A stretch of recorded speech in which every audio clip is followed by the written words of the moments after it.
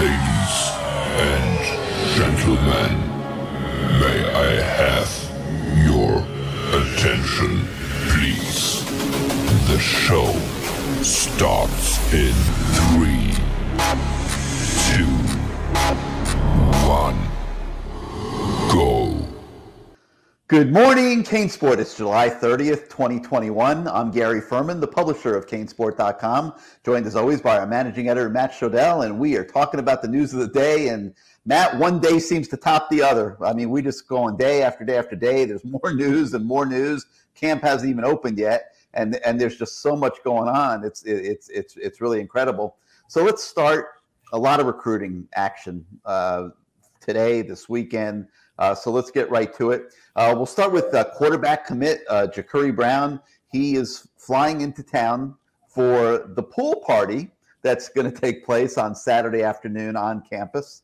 No word yet on whether Manny Diaz is going to do any double flips off the platform at the UM Student Union pool. We'll see on Saturday. But there will be several prospects there. The list is coming together. It's not going to be anything like the barbecue was back at the beginning of June, but it's going to be a nice recruiting event for Miami.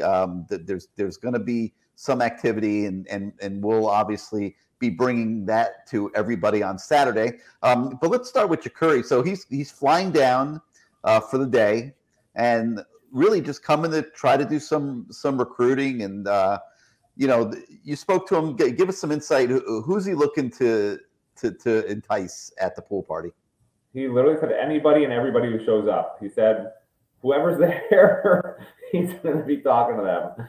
So, I mean, he's already been focusing on a few guys. He mentioned a few guys you'll see in the front page story, Malik Agbo and a bunch of other guys that he's been talking to and, getting in their ear.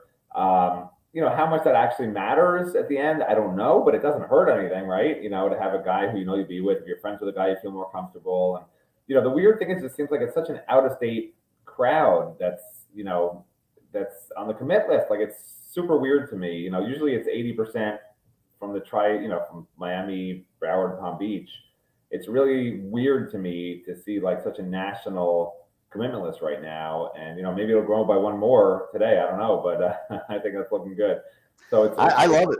I love it. I know you like it. I like a combo. You got to get the local kids. I mean, long term, you got to get the local kids. So a lot of local kids are just drawing it out right now, or it is what it is, I guess. But yeah, you got to get national guys and local kids, and they got the national guys so far. But you know what, Matt? The local kids got to be willing to play ball, and we got a little bit of a reprieve last year with COVID. Let's be honest. I mean, we could spin it if we want to, but Leonard Taylor, James Williams, in a normal year, might not have ended up at Miami. But because of the COVID year and the fact that they couldn't really bond with other schools, there weren't visits, there weren't home visits, it gave Miami a massive edge with those kids and their families. And credit to Manny Diaz and the staff for taking care of it. This year, they don't have that edge. Now there's visits taking place. Recruiting is much more normalized. Not all totally back to normal, but we're seeing kids taking a lot of visits, and that means they're building relationships with other schools too. And you look at the Julian Armellas, you look at the Earl Littles, you look at Shamar, who still has a Texas A&M visit coming up that is going to be a hold your breath one to go with Ohio State and the other ones that he's already taken. Certainly no guarantees with Shamar Stewart. So you've got a handful of elite South Florida prospects this year. And Miami could be facing a cycle here where they don't get any of them. So they needed to improve their recruiting staff, which they did by bringing in a guy like T-Rob. And they needed to go out of town and make an impact. And they're doing it with guys like Kamari Rogers. We'll see what happens today with Traquan Fagans when he makes his announcement. But, there's a lot of good things going on with some of these out-of-state kids. And I think it's a credit to the staff that they're spreading their tentacles, and they're not just counting on the South Florida kids in this cycle. And until they win on the field and win a Coastal, get to the ACC title game, play Clemson tight, they're going to continue to be faced with this, and they're going to have to adjust, and I see them adjusting.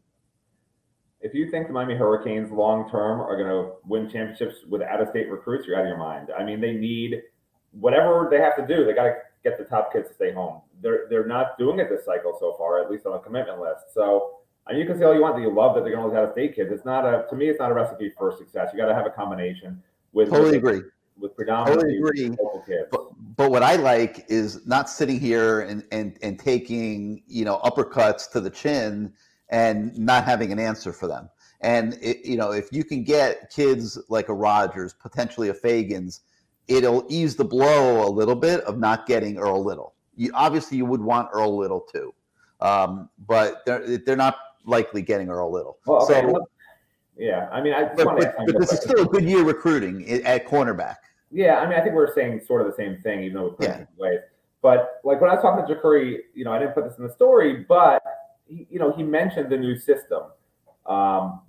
That when you commit, they're telling you can't take visits, and he's not taking any visits; he's done.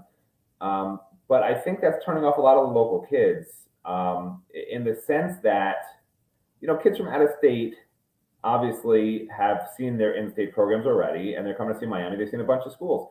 When you tell a local kid who maybe can't afford to take a bunch of visits previously, and especially with COVID, they couldn't go anywhere anyway, and now you're telling them, commit to us in June, hypothetically, and you got to shut it down, like none of them want to do it.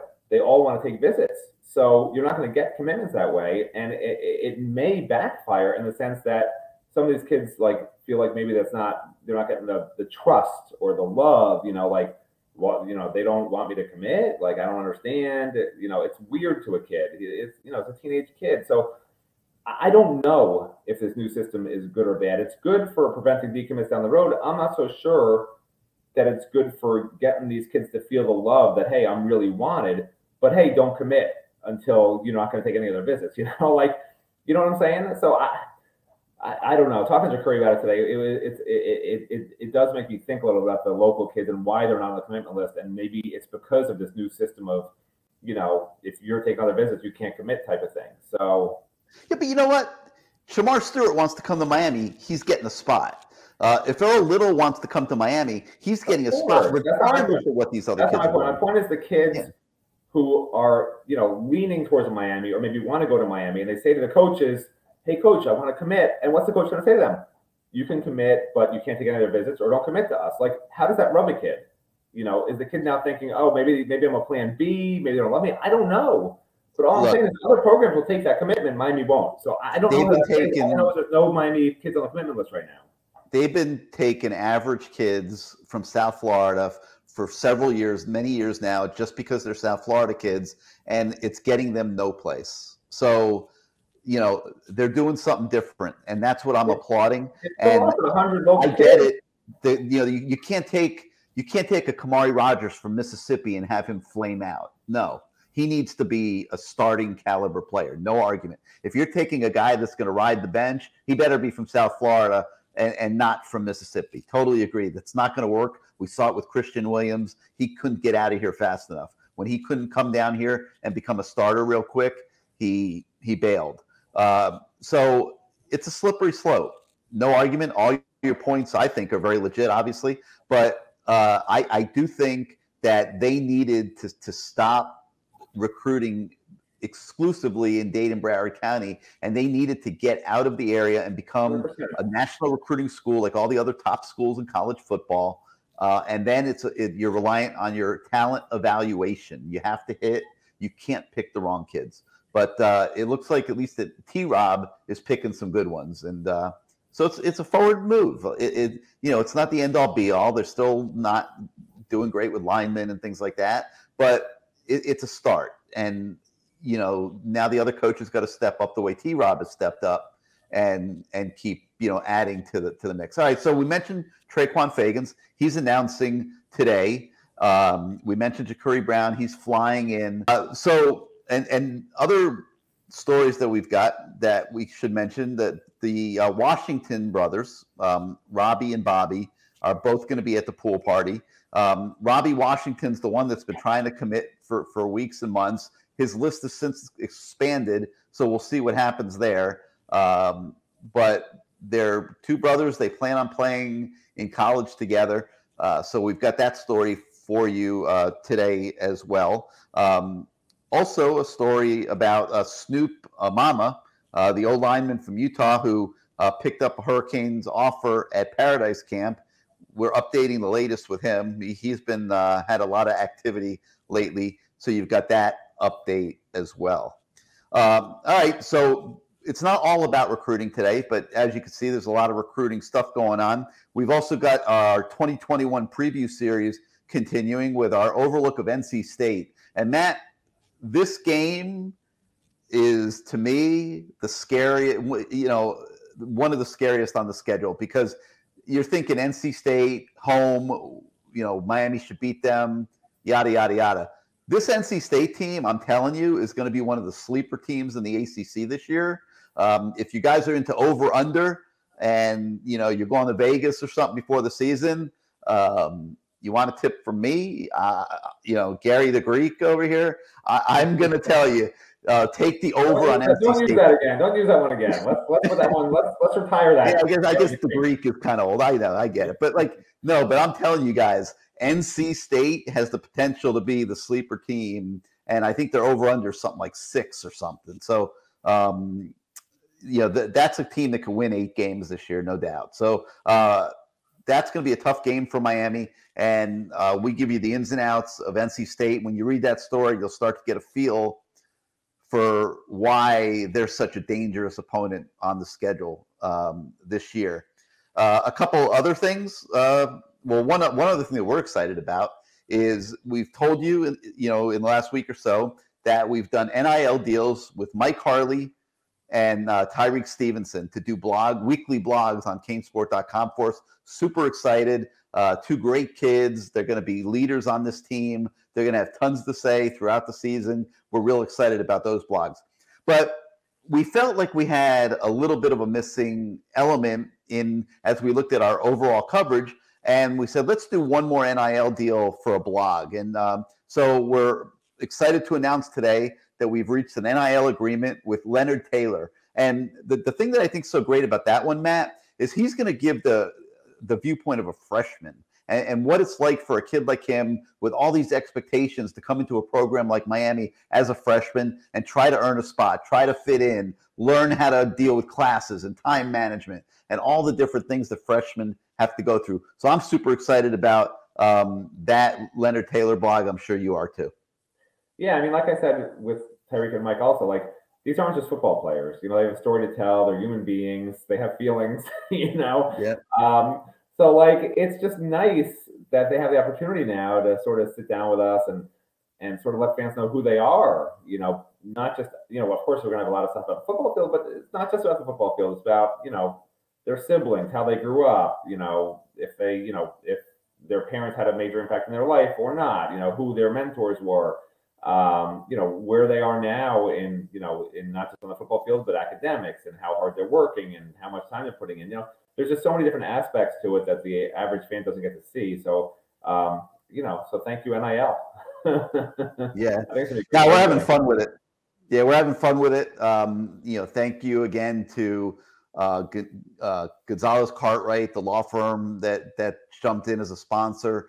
Thank you to those on the CaneSport.com message boards that jumped in and went to our GoFundMe account and contributed a few dollars to help us, just continue to do NIL deals, and that'll be ongoing as we move forward. We will have the capability to keep doing these deals. The players love it; they want to do it. We're gonna have to manage it well during the season because they're gonna have time limitations and things like that, but we can do that. And our goal is to just keep bringing you guys fresh, new viewpoints and content, and utilize NIL and support the players. And I already see it changing a lot of these kids' lives. I won't say the name, but there was one that we're working on a deal with that we haven't announced yet. And he got some NIL money in the other day, and he had the chance to go out and have a nice meal. They're getting the chance to do things that they wouldn't normally get to do. So NIL is a win-win-win for everybody. And we're just so happy to be able to participate in it, and we'll continue to do so. And as an extension, the fans that are on our website are getting to participate, with us Not everybody has a company. Not everybody can write $1,000 checks and things like that. We're bringing everybody in with us. We're doing deals with players. We're letting everybody participate, and I think it's a great thing. And again, we can't appreciate enough Gonzalez Cartwright for jumping in as a major sponsor, and then others that are participating through our GoFundMe account, which remains active. And you can get the link to that on the CaneSport.com message boards, or search, obviously, GoFundMe for CaneSport. So that's going to do it for today.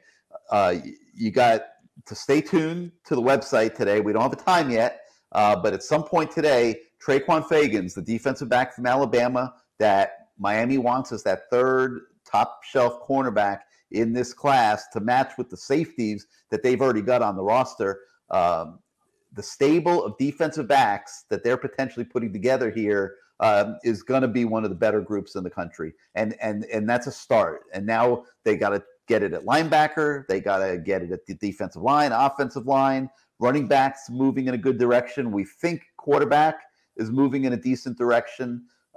So, you're seeing little baby steps here, and obviously it has to be sustained, but, good work by T-Rob and DVD on the defensive back front. And we'll see if Traquan Fagans decides today to join that stable. We'll bring you that news later. So for Matt Shodell, I'm Gary Ferman. We thank you for joining us once again on Good Morning CaneSport. And until next time, we'll say have a great day and goodbye, everybody.